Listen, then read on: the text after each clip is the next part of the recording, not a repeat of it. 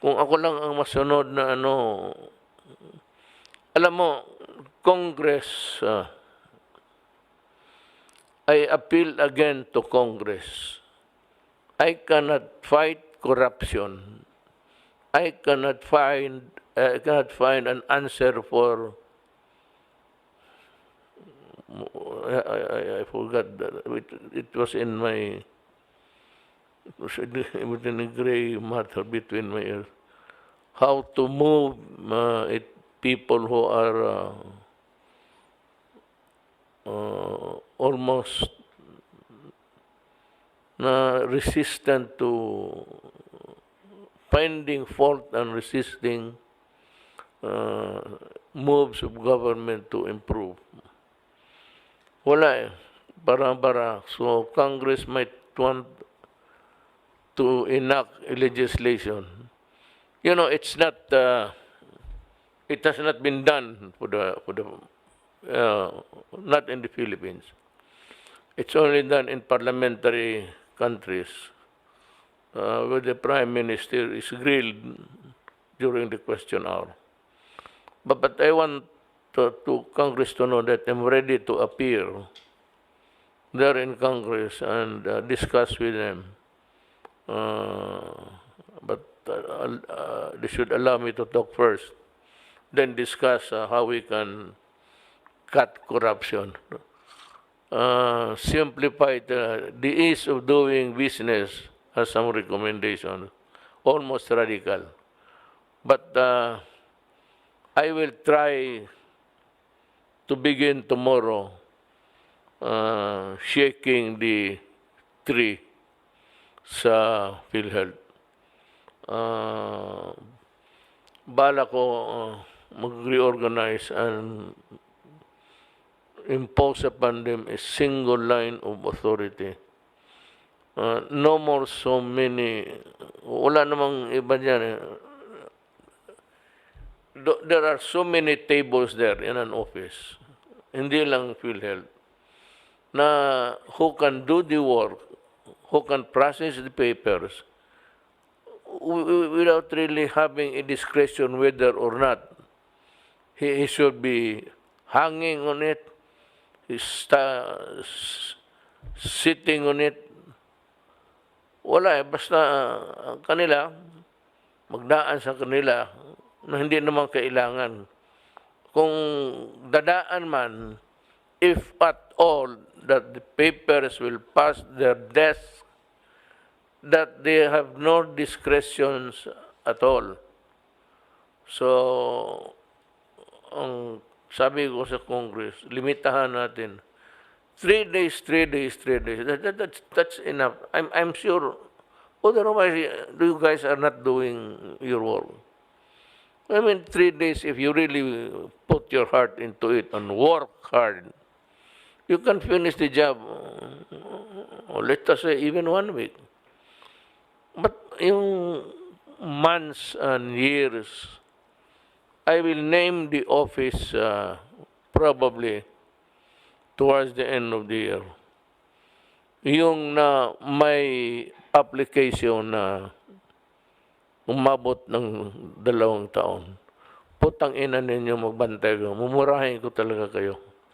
I will name you in public and put you to shame that I am suspecting that you are waiting for some remuneration that is not due you, and you are not doing anything. Naghihintay ka lang ng pera. Basta kung may magreklamo, I encourage the citizens to, dito gusto ninyo, I don't know how long this program would last, but if you really want to have your complaints, you write me a letter and I will read it here kung sino yung nakahawak ng papel ng matagal. And maybe if it is inordinately delayed, I will ask the idiot to sit here in this table. tapos buhos ko tong tubig sa mukha niya. You better come up with an explanation that is really good to hear.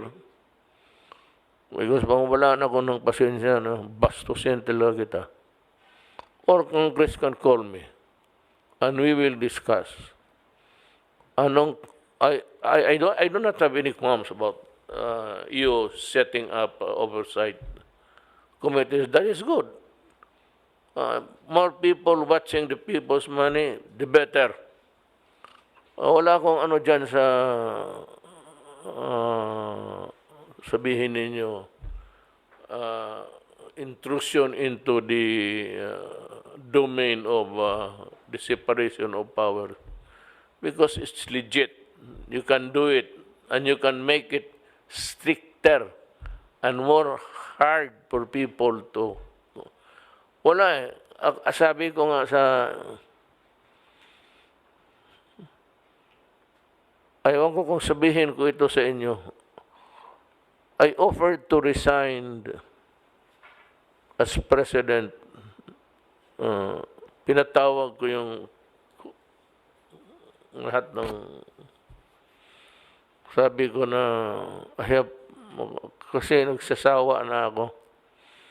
In my years of government, wala nang katapusan itong sa mayor. But mayor, being mayor is just a small organization. Talagang wala nang katapusan itong corruption. Mahirap talaga pigilin. Kasi mga pastillas hanggang ngayon, even with the investigation or the clamor for government to shake the tree, wala. Sige, hanggang ngayon, it's being committed every day. No, can you stop it? You cannot. There is no way. I'm telling you, with my experience as a prosecutor for the Tanod Bayan noon, I was a special prosecutor for the Tanod Bayan, ang predecessor ng ombudsman.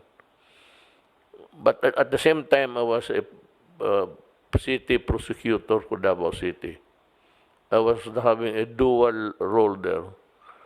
I was sent out of Davao City to prosecute cases outside of my jurisdiction in other cities. I toured Mindanao several times, just prosecuting cases. Wala hanggang ngayon, wala akong nandyan pa rin. And it starts, even dyan sa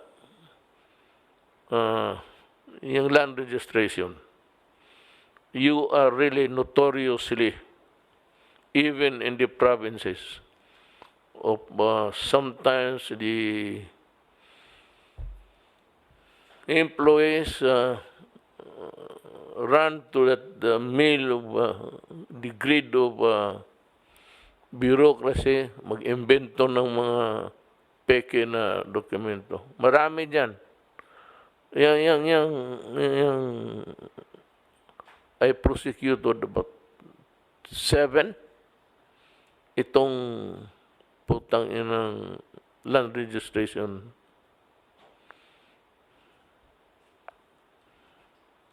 In fairness to Secretary Guevara, he was not yet around at that time. Bago lang yan siya ngayon. But sa munting lupa, ganon rin. Alam mo, panoorin nyo yung sine. Netflix.